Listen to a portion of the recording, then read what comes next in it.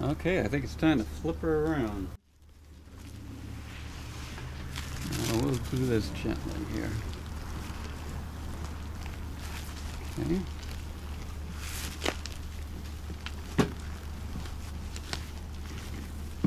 Alright. I'm going to try to do this without a knife because I don't want any chance of marking the sides of the top or the front. So if I can do this without using a... Oh, I see. That does look like the front, and they put a piece of, I don't know if you can see it, a piece of cardboard there. Help protect the plastic face. That's really good. And because there is cardboard there, I guess it's safe to use the knife, and that will help.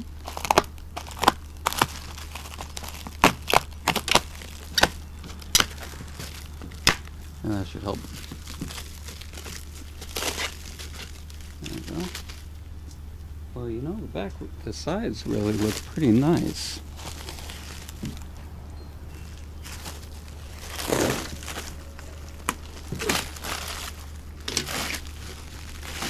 Well, as you can see, I'm pleasantly surprised about the veneer on this thing, the finish. I don't know if it got refinished recently or what, but, well, actually this was the back. Surprise, surprise. Okay. And let's see the picture tube.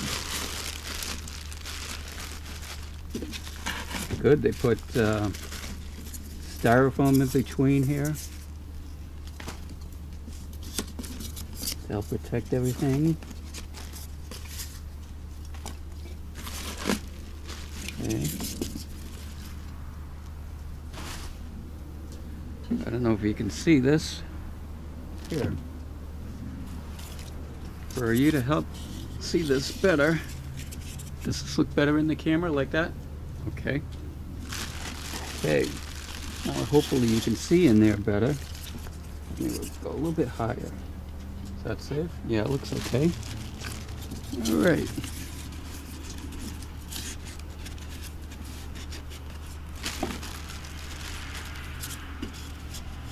Well, this one is jammed in there pretty good. I got it. I don't want to pull too hard. Well, I can see right now. See that right there? I think that's the ballast tube. And, oh, look at this too inside. Cord. So good. Hopefully this one's in good shape. We can replace the other cheetah cord with this one. So, I wasn't expecting that.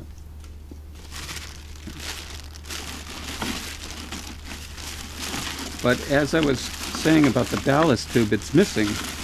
I believe that's the ballast tube supposed to go there. Well, when I was watching B. Anderson TV, and his VT-71 that he was working on, he was explaining to me that the old ballast tubes that came with these TVs were nothing more than like your toaster in the kitchen. Basically, they just soak up current while you first turn it on to help protect the set. Also, it probably does some voltage dividing too. I'm not sure, but anyway, so it acts like a toaster. And all those little toaster-like filaments in there are exposed to air. And because they're exposed to air, the ballast tube does not last that long compared to another kind that's actually looks like a tube. There's not a vacuum in there, but according to what B. Anderson TV said was that it's filled with some kind of inert gas, so it makes the filament last a lot longer without burning out. And so ahead of time, I thought it probably came with a ballast tube like the one I just explained, like a toaster. So I went and got a new old stock tube kind, and I'm glad I did because it's not even anything in there. So, oop, I think I hear a loose tube in there.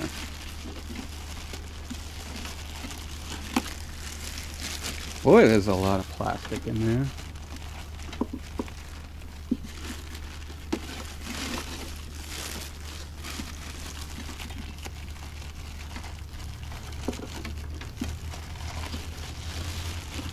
This reminds me of that Three Stooges episode where Curly was working on the plumbing, but it wasn't plumbing. It was wiring in a conduit. He kept pulling and pulling and pulling, and he just like, it would never end. It was just more and more wet. That's what this plastic seems like to me. So, anyways. Okay. Here's what I don't want to do. I don't want to pull anymore because I can see that the front, I don't know if you can see this. Hold on. I'm going to go get a flashlight, and then I'm going to shine it in there, and hopefully you can see what's going on. Okay, I have a fairly strong flashlight here. I don't know if it's going to be strong enough, but we'll have my son look at the viewfinder, and he'll nod to me whether it helps at all to see what's in there. I don't know if you can see this. Can they see it pretty good? Okay, but that plastic, see the pitch of the tube in the front is sagging? Well, that always happens in these VT-71s. It's made out of some kind of rubber composite material, and it holds the CRT up and in place. It looks like a big donut, almost like a toilet donut, you know, like those wax things, except it's made out of rubber. And they always deteriorate, so the tube sags. Well, the tube is sagging right onto this plastic here, so that's why it's jammed in there. So what I'm probably going to do next is I'll turn it around and I'll show you the front, and you can see what I mean as far as the tube sagging. And then I'll show you the sides, so you can see the veneer on all the sides. And then after that, we'll go ahead and pull the chassis out and see what we got here. But so far so good. I don't see anything broken, but I haven't looked at the front plate either yet, so hold on. I think first I'll just cut off this plastic here. Well, it's time to lower it, and I'll show you the sides. And the camera's been on the tripod this whole time, but I think now it's time to take it off so I can show you a more detailed look of what all the sides are. And I haven't seen the front yet either, so we'll find out what the front looks like together. Well, now I have the camera off the tripod, and so hopefully you can see in here a little better. You can see, hopefully, I'm pointing this in the right place. It's hard for me to see in this viewfinder, but you can see that white gap in there. That's the picture tube sagging. That's where that donut gasket's supposed to hold it up, and you can see that it's sagging, and that's why there's that space there. Here's the missing ballast tube. It looks like the other tubes are there. The back of the CRT looks pretty good. There we go. The back of the CRT looks pretty good. And let's start looking at the sides and the top. First we'll start with the top. Okay. I don't know how well you can see this, but it looks pretty good. A lot better than I thought it would be. And here's one of the sides. And I'll keep you guessing a little longer. I'll work on to the front the last here. We'll discover this thing together.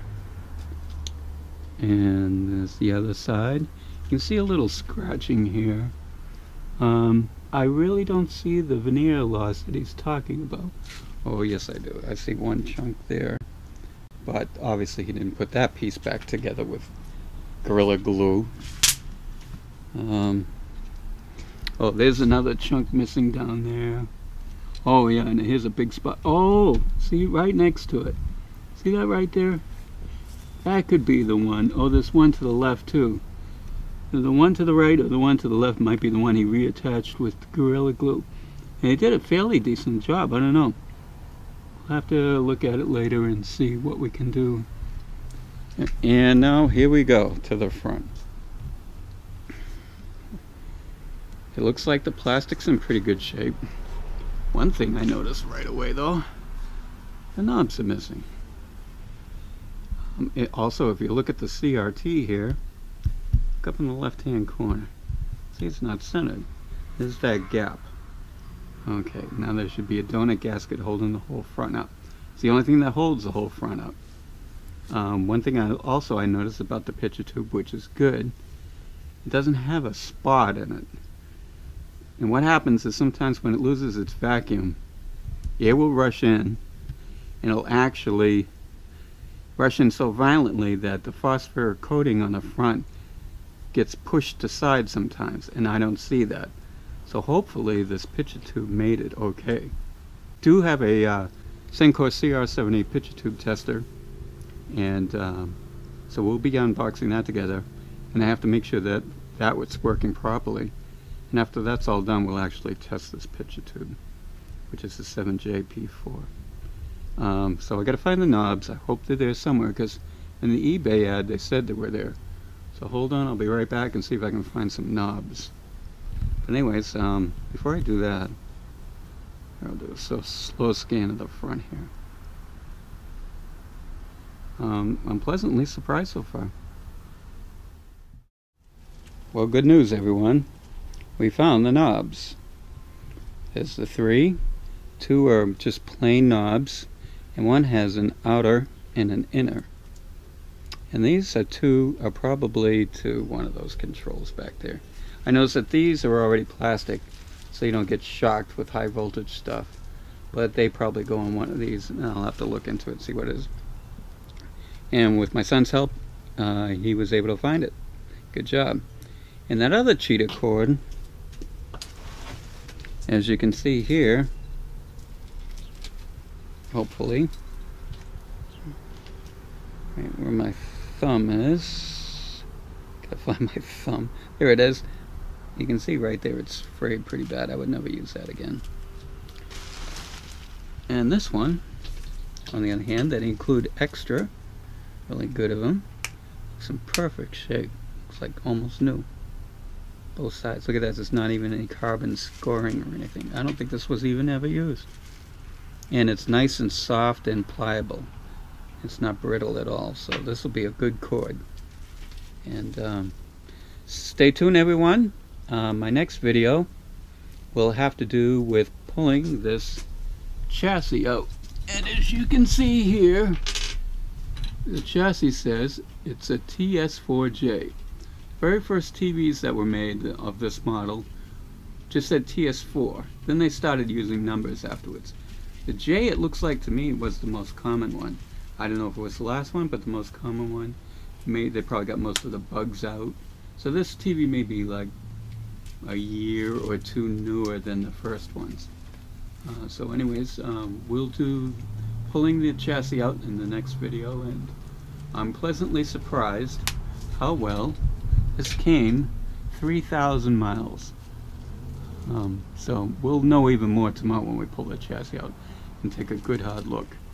Thanks for watching.